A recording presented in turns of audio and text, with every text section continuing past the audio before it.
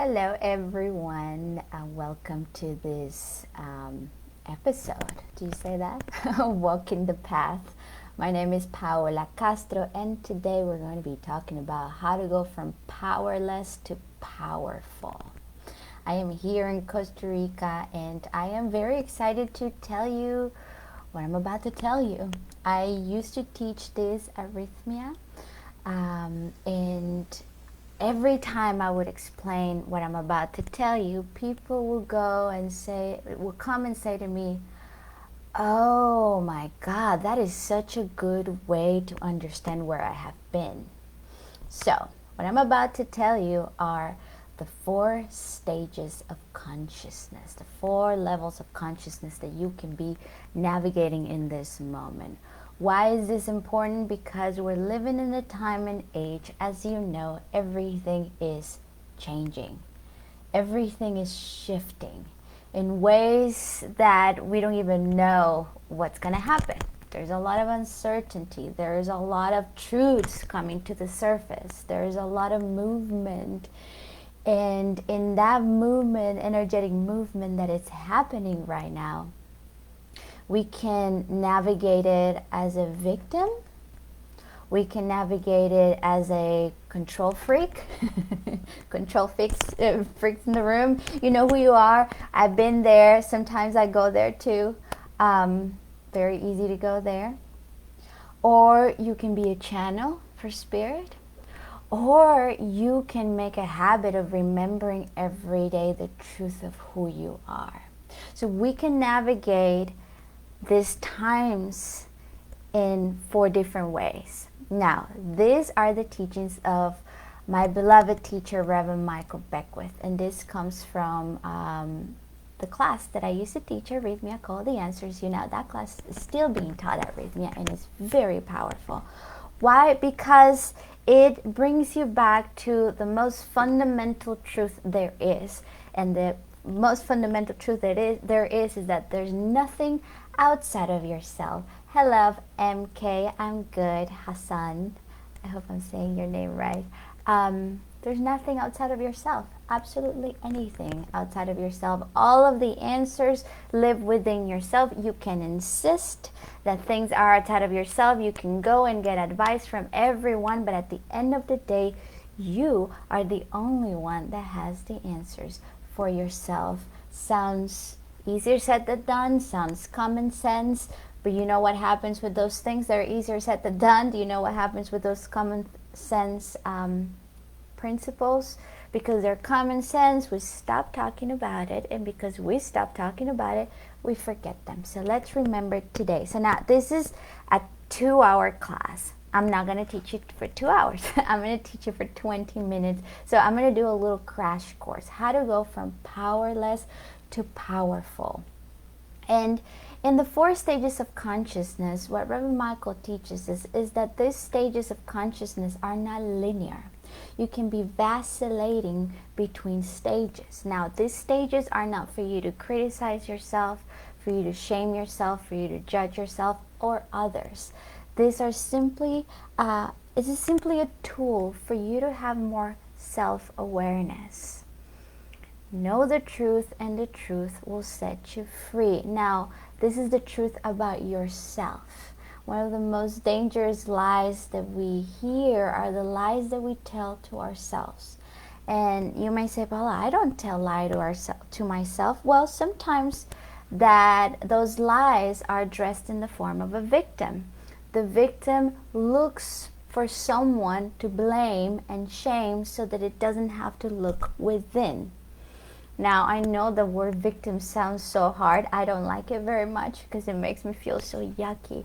But just bear with me because these teachings are so powerful. So, stage 1. What does it mean to be in stage 1? So, first of all, you and me, we are spiritual beings having a human experience. But we're having a human experience. We're having a 3rd dimensional experience. What does that mean? We have ego. What does that mean? There are people around us. There are relationships that sometimes are very challenging. There's situations in governments. There's corruption. There's so much going on in the world that in this 3rd dimension, we navigate it as a human too, sometimes more of a human than in spirit. So in this third dimension, sometimes we feel like we have to defend, we have to push against, resist. Why do we do this? Because we're humans too. And in this human perception, we have to survive. So stage one, if you're writing things down, I'm going to invite you to write this down. Stage one is the victim consciousness. Now, if you don't like that word, you can change it for the word primal consciousness, survival consciousness. You and I defend, you and I go to righteousness, you and I go to judgment, because for the brain, that means I am more prone to survive. So if you ever find yourself in righteousness, if you ever find yourself in judgment, separation, is their fault, pointing fingers, know that your brain and my brain is supposed to do this at a biological level to simply survive.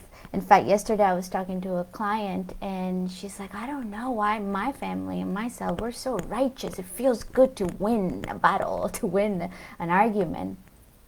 And I said to her, well, tell me a little bit about the story of your family. And I already know a little bit. And there's been a lot of fear. They migrated from another country. Just a lot of fear, a lot of control. And so righteousness is like candy for our brains. If I am right and they're wrong, that means I'm safe. And if I'm safe, I survive. And that's all our brain is concerned about, surviving. I hope you guys are with me. Hello, Lisa. Hello, Kelly. Dorota. Hey, Dorota. I remember you from last time. Good morning, Richard. And good evening. John, hello from Scotland. That's fun. Okay, so you guys, I'm telling you the 4 stages of consciousness, how to go from powerless to powerful. So let's get into business. Stage number 1, primal consciousness. Reverend Michael calls it victim consciousness. In the victim consciousness, when we get there, let me tell you, what I can see myself getting there when I feel attacked, when I feel there's something that wasn't fair happened, and I would say, why did this happen to me? So there is a little clue for you. If you're saying, why is this happening to me or to us, you have fallen into a victim consciousness, which means that you feel powerless, that you feel small, that is their fault, they need to fix it for me, they need to change, they need to be different, because if they don't, then I'm unhappy. If they don't, then I can't continue, I can't carry on with my life. Or you may be blaming or shaming your childhood, your parents. There's a story that goes in our heads that makes us feel very small. The other day I was watching a movie and then I reposted a quote from, I think it was Albert Einstein, and it said, stop playing so small. You are the universe in static motion. So we are we're this beautiful big thing, but we're in human condition, and sometimes we forget that we are powerful. So going back to make my point, because I don't want to make this too long, stage 1, there's someone to blame, there's someone to shame, I'm pointing fingers, the power is outside myself, I'm very small, I feel very hopeless. Now you can choose to stay there. We learn a lot from being in victim consciousness. I have learned a lot from being in the depths of my darkness and feeling like everything is against me. I've learned a lot. Now the lesson comes when you choose to transcend it. Now, how do I transcend it? I have to choose to let go of the blame and to let go of the shame. Be aware of the blaming and the shaming game that we play all of the time. Now, it's hard sometimes for the ego, because the ego is like, Paola, but don't you see what's going on in the world? Don't you see the facts? Oh, yes, I see them, and I feel it too. Like, whew, I can't believe there's so much control going on, so much manipulation, corruption. And I still know there is a higher truth with a capital T. So I choose to stop the blame game and the shame game, and I start bringing compassion into my life. I started bringing in forgiveness into my life. Now, you don't need to forgive if you don't want to. But forgiveness helps you to navigate life with a little bit less weight, with a little bit of more flow. A lot of people have come to me when I used to be at Rythmia full time, and they would say, Paola, I can't go on with these ceremonies that are so intense. Can you say something? And I would ask the question almost every time, who do you need to forgive? And most of the time they will go into tears and they'll say, I have to forgive myself. I have a lot of guilt again. I just keep bullying myself with that guilt. I just keep bullying myself with the shame. So most of the time we forgive ourselves first, and then after forgiving ourselves, we start forgiving them. Now, forgiveness doesn't mean that you said that what they did is okay. Forgiveness is what you say, well, they might not deserve the forgiveness, but I deserve to be free. I deserve to let go of the poison of resentment. I deserve to navigate this life with an open heart instead of with a closed heart. So forgiveness, maybe if JJ next time, if he asks me to do this Facebook Live, which by the way, you know is JJ usually, I will talk about forgiveness. I'm going to make a mental note here and an actual note, because forgiveness is such an important message. So we start forgiving. Sometimes you go into compassion because you are not ready to forgive. Sometimes that's the first step, especially when you're in a lot of pain, when you can't forget or forgive what happened, which by the way you never forget, but you remember without the pain. That's what true forgiveness is. You remember, because it's not like you're going to go into dementia, but you remember what happened, and then you say, I can remember, but it doesn't hurt me.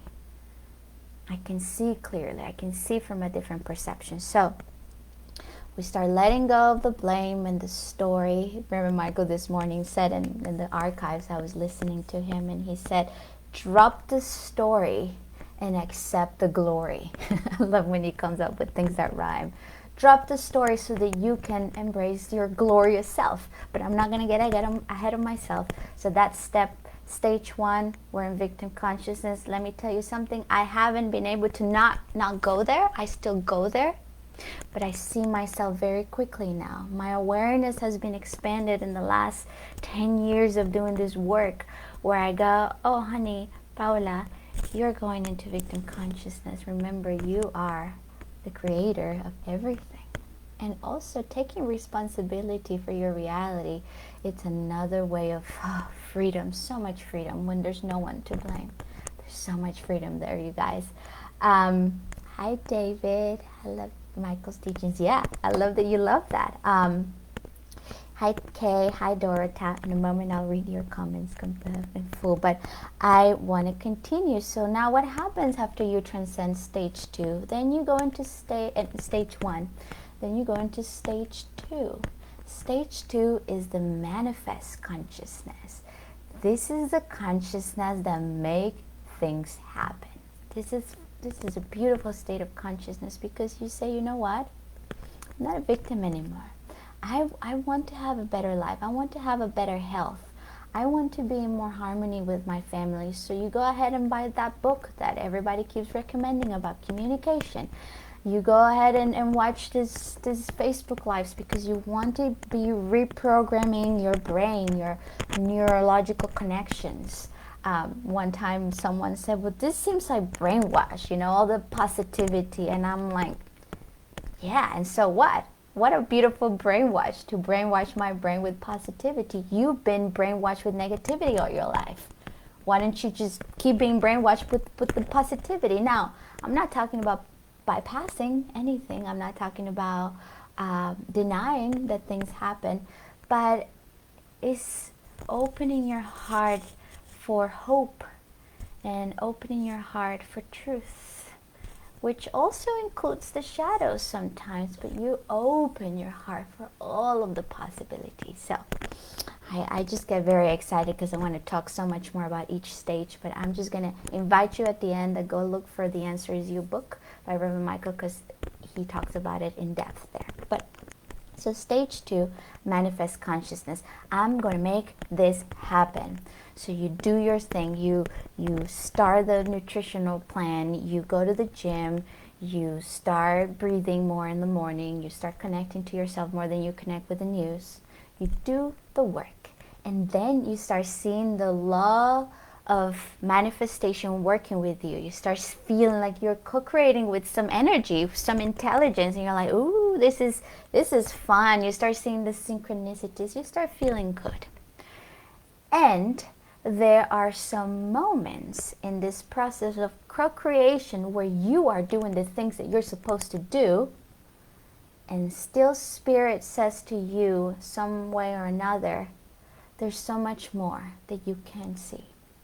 And a couple of examples of this, you read the book about nonviolent communication, you go into this conversation with this person that is difficult, you do what the book said that you're supposed to do, and it still doesn't work. You post everything about, being, about giving voice to all of the things that are happening in the world that are not okay. You are an activist. You do what you need to do to raise the awareness of everyone, and you're active in your participation for a more fair world. And you still don't see changes in people. You still people commenting horrible things on Facebook and doing things, and you're like, well, what's happening? I'm putting all this effort and things are not happening. Well, stage 2 is a beautiful stage of beingness, but it's still limited because it is limited to your control, to your will. And your will, in your sense of power, it's beautiful, but there's something more. And you start opening up more. It's when you surrender. When sometimes we go into frustration. I don't know if it's ever happened to you, but it's happened to me. I'm sure it's happened to you. When you're like, come on, universe, I am meditating. I am, doing my part. I am organizing the groups. I am doing my part. I'm trying to breathe before I respond, and I don't see the end. I don't see there's something else. What else? I don't know anymore. When you say I don't know, you have the option to go back to being a victim, or you have the option to go into a stage of channeling, of surrender. So in stage 2, there's a point where you say, okay, I've done my part. I need to surrender the rest. I need to let go of the rest because I don't know. Show me.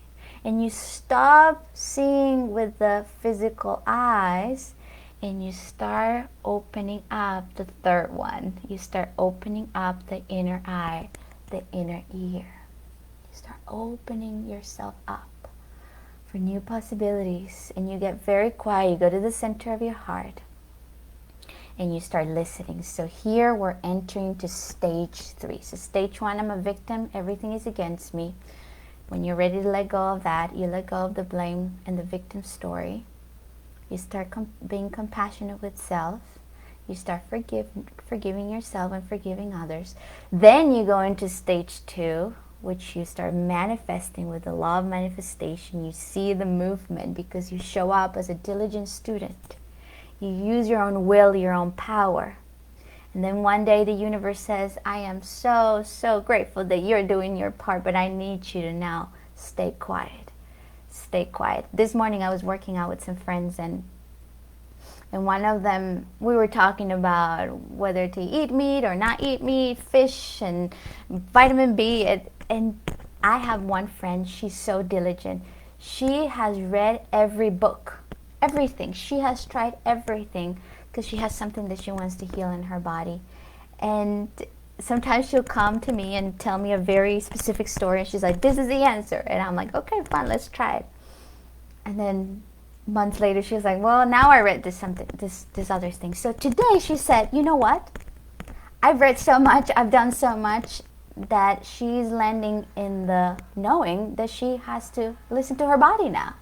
So this is when you stop the noise of what you should be doing, and then you surrender and you say to your highest self, to your inner self, show me what is my next step. So you release control, you let go of control, you let go of your own sense of power, and then you surrender to an intelligence that goes beyond our logical mind. You surrender. And then you wait for the answers to come. You listen to your heart. And then you go into that conversation that is difficult. And then you listen to this person being highly triggered, and then you breathe, and your heart says, silence right now. Don't say anything else. The book says you should be saying all these things, but your inner voice says, no, not right now in this moment. You need to be quiet and just listen. Just listen to everything that person needs to say. Listen as passionately as you want to be listened to. Listen to that person as passionately as you want to be understood by them. I read that the other day from Brené Brown. I loved it. Sometimes you go into that surrender moment and you go, I'm just going to stop the madness of all this dieting and all this stuff that I've been doing. My body's not responding. And you go within and you touch the part that it hurts and you ask pain, what's my next step? What are you trying to tell me? You guys, I've been having digestive situations, problems for weeks, and I have no idea why. I had no idea why. And lately I've been just touching my gut and just saying, just show me. What is it? Because I've been taking the magnesium, I've been doing my work, I've been drinking lots of water, breathing, and my gut finally said, I need you to flow with the rhythm of life. And I've been telling that to myself. I flow with the rhythm of life, and I breathe when I feel myself a little stuck. And my digestion is been getting better because I've been channeling the wisdom of my own body. Do you see the distinction? I'm not saying stage 2 is a bad stage. It gets you started. It makes you feel empowered. But then in the journey, then you start maturing spiritually, and you say, ooh, I'm not catching something here. It needs to go beyond my logical mind. I hope you guys are following this. Oh, thank you, Adam. Thank you. Yeah, surrender, Dorota. Yeah, it almost makes me a little choked up too, because it's like, whew, trust. Can we trust that we are part of a bigger picture? That we're not an island, like that famous quote, no man is an island. We are so interconnected that when things don't happen the way that you want them to happen, it's not that you're being rejected by the universe. Denial is not rejection. It's that there's something so deep that you need to catch for your own evolution, that is why we must surrender control and just listen. And then we start being inspired.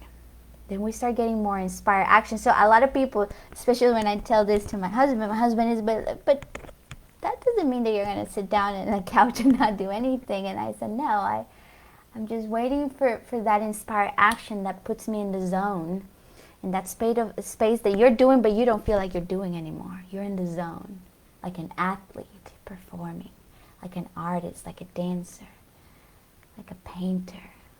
It's just the hours go by and you are just channeling, and you're posting your ideas, but you have no attachment to the outcomes. There is a flow there with spirit. You have patience that goes beyond your logical mind. You can wait because you can trust. And in that trust, things start happening in divine timing. Ooh, I'm feeling this. I'm talking to myself, you guys, too. Thank you for being here and for being receptive for this. So, you said, Paola, you said 4 stages. So what's the 4th stage? So in stage 3, you're a channel for your highest self. You listen to the answers. And then there is a moment where you listen so much to stillness, so much to silence, to the voice of the divine spirit, that then separation starts dissolving. Have you ever been in that stage? I get glimpses in my meditations where I just get so quiet that I become one with everything. I know that I am in spirit and spirit is in me. Like the Vedic teachings, I am in my body and my body is in me. I am in the world and the world is in me. It's all one thing, you guys. You guys, Natasha and Adam, Francia, you guys and me, we are one. And not only we are one, we are God. We're goddesses and God. We are an expression of it. We're the collapsed expression and matter of the divine. I've been practicing this, of seeing God in every one I see now, and in your pictures I see you are. And this, it goes beyond. Like I don't understand it with my mind. I feel it here. What I'm just talking about, what I'm telling you, I feel it right here. Stage 4 is being consciousness as me. So let me go back. Stage 1, victim consciousness is happening to me. Stage 2, I take control back and I say, no, I'm not a victim.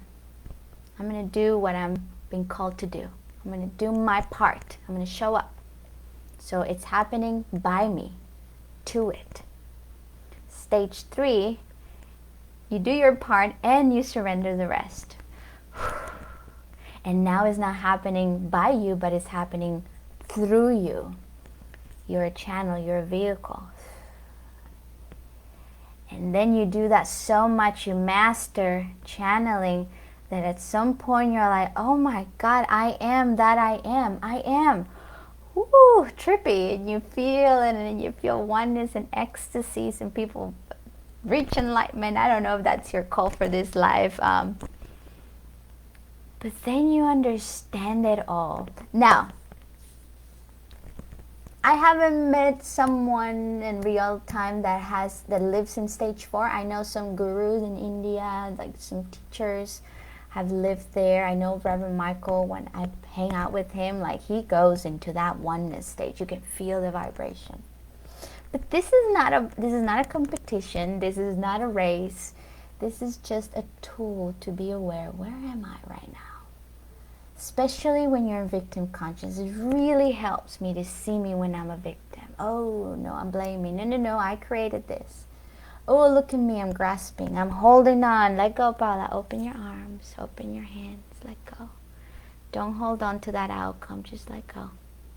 And then when I'm in my meditation, I go, ooh, this is oneness. I don't even say anything because I'm in that.